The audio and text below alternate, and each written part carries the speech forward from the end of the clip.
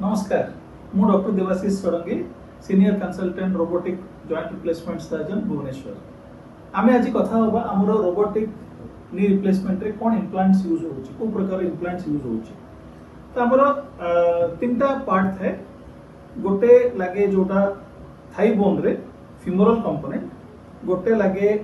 गोड़ रे माने टिबियल गोड़ बोन रे टिबियल कंपोनेंट और मझे रे गोटे पॉली थाए तो एई हमरो रोबोट बहुत प्रकार साइज आसे जेमती एटा फिमोरल कंपोनेंट रो छोटो टो नै कि बड़ साइज जाके एटा टिबियल कंपोनेंट छोटो नै बड़ साइज जाके आ एटा विभिन्न प्रकार रो पॉली अछि एटा रोबोट मेजरमेंट करिकरी आउ सर्जन को गाइड करके डिसाइड करेगी को पेशेंट रो को साइज लागिवो ऑपरेशन थिएटर रे सब साइज रेडी थाए जोडे 6 फुट रो लंबा छोरा लोक पे एमते साइज लागिवो जने स्मॉल हाइट रो महिला को पे एमते साइज लागिवो आउ ए जो प्लास्टिक अछि एटा गोटे बहुत स्पेशल क्वालिटी रो लगभग है ultra high molecular weight plastic यार थिकनेस 10 मिलीमीटर स्टार्ट हुई एटा 10 वर्ष रे गोटे मिलीमीटर घूरी हुई माने पाखा पाखी ये गोटे 100 वर्ष भी रही आप आउटा देखिबे कि ए जो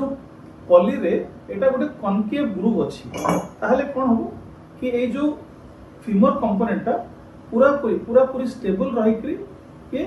पूरा पूरी जाके बेंड होबो आउ आंटू पूरा एक्सट्रीम जाके मोड़ी होबो देखुन तो केते सुंदर करी एटा